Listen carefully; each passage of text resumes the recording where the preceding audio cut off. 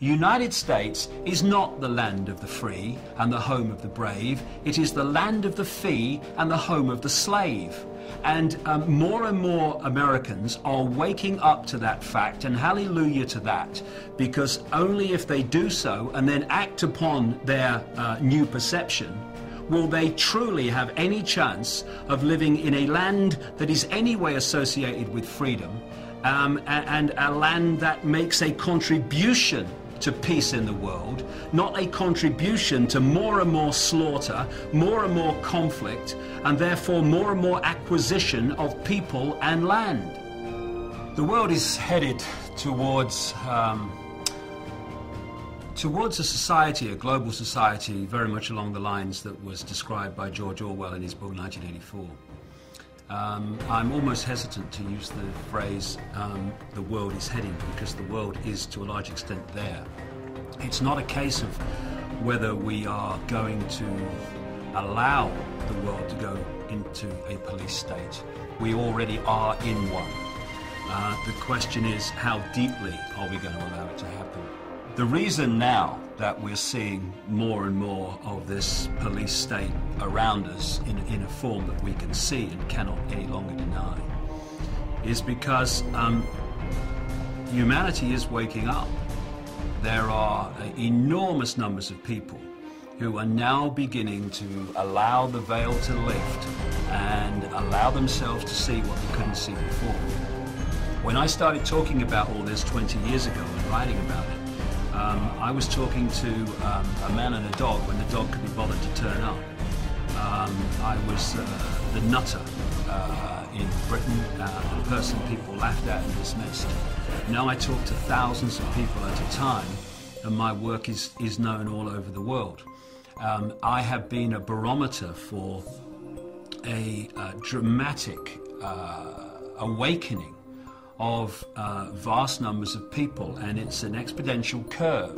We are now at the point where those institutions and these institutions of control and surveillance and all the rest of it are now being put in place. So this hidden dictatorship all this time is now coming to the surface where it can be seen. And this gives us an opportunity for people to actually start to do something about what's happening, because instead of being some far off sometime over the rainbow, it might come sometime, it's now in our face. The police state is staring us in the eye, and it's getting more and more imposed upon us, and more imposed on society every day. They look at the world, they know there's something not right. There's something that's not the way they want it to be, and they feel uneasy about it.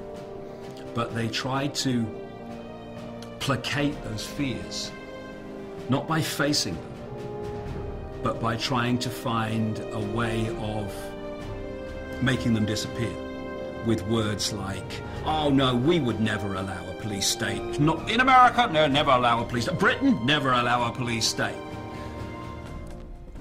Wonder if they said that in Germany just a few decades ago. We'd never allow a dictatorship in Germany. We're a land of freedom. And look what happened. In a few short years, they had a grotesque dictatorship. And that's how fast it can come. From the Weimar Republic to the Nazi dictatorship in Germany by Hitler and company was a few years, not even a few decades. And the greatest weapon of any dictator is to divert attention from the people. So they're looking the other way and allowing the dictatorship to be built and imposed and all the infrastructure put in place. So by the time they absolutely have to face reality, it's all there, it's all done. I'm sick of this, and I'll tell you why I'm sick of it. Because while these pathetic, naive people, despite all the evidence before them, are looking the other way, oh no, it's just paranoia. While they're doing that, They are allowing these people to impose their will on my children and my life, and I'm not having it. And if people would just engage a few more brain cells, open the eyes and look, they will see the scale of fascism, no other word for it, that we are being subjected to today.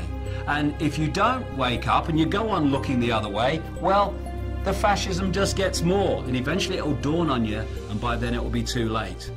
Don't look to me for sympathy when it happens, mate, because you got your chance now. So, are we going to make a stand now and draw a line in the sand and say here and no further? In fact, we're going to roll this back? Or are we going to wait until it's got really, really extreme, by which time there'll be so much infrastructure in place that drawing a line in the sand will be a serious challenge? And we either face it now, or we face it a little bit further along the road, when if we think it's not very good now, it'll be a bloody nightmare by then. It's time to lift the arse off the sofa and bring an end to this nonsense, because otherwise we're just building our own prison cell or sitting around while someone does it. Is that sensible? I think not. I'm sorry that I'm struggling to find words, because words fail me. The idea that governments, with their record, have the interests of the people at heart. Anyone who believes that is basically a lost cause in terms of understanding what's happening in the world.